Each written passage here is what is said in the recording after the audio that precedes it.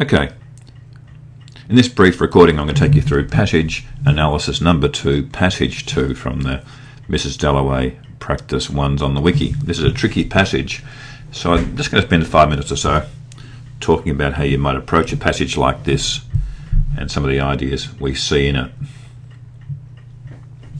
The passage is quite short when you look at it. It fits on one PowerPoint slide, as you can see there. The first thing you do when you read through a passage like this is try to make some connections with the big picture assertions that you've been wanting to talk about. You would have come to the exam and come to this task with big ideas, maybe 5, maybe 6, that you're happy to talk about. And you're looking for evidence of those in these passages. This passage begins talking about London swallowing up young men called Smith, thought nothing of fantastic Christian names like Septimus Smith, Clarissa Dalloway's mirror image in some ways, is both exceptional and ordinary, isn't he? The ordinary surname, Smith, and as we talked about in class, the exceptional, unusual first name, Septimus, a bit like Winston Smith from George Orwell's novel. It seems that London swallows up people like Smith. Then it says that lodging off Euston Road, their experiences such as change your face from a pink innocent oval to a face lean, contracted, hostile. And we talks about change and development, and we see colour as in pink, and then the change from innocence to hostility. And then in the next couple of lines we see a gardening image, what a gardener says when he opens the conservatory door in the morning and finds a new blossom on his plant. It has flowered. So careful readers will make connections between this image of the garden, of flowering, of change, of growth, even development towards old age and death, and hostility, as being typical of some of the things that Virginia Woolf is talking about.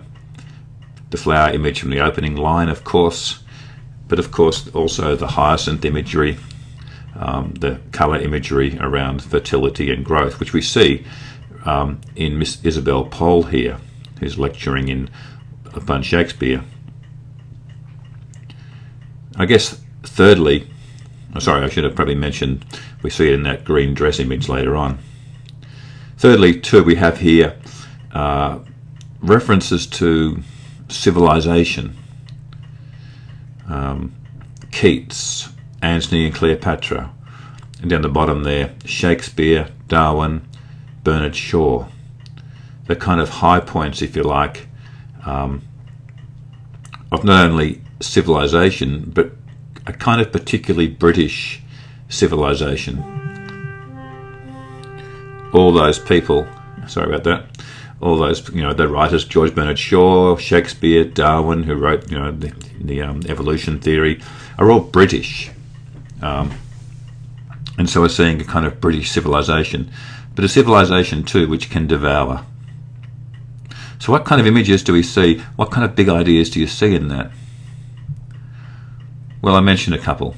Change, the gardener image, growth, flowering, green, images from pink and green of colour. It has flowered, of course. It's so true of Elizabeth later on and elsewhere, Mrs Dalloway herself and the flower images around her. There's references here to love, but an ethereal kind of love, a love that's seems not physical, in fact is very airy, spiritual almost. I mentioned civilization, writers and artists, but also the usual seeds and swallowed up. While great artists emerge, mostly we see people swallowed up by civilization. We see Septimus's instability, his hopefulness, his despair. He seems to kind of vacillate between thinking he's writing a masterpiece as he's writing his poetry to Miss Poole, but also then tearing it up.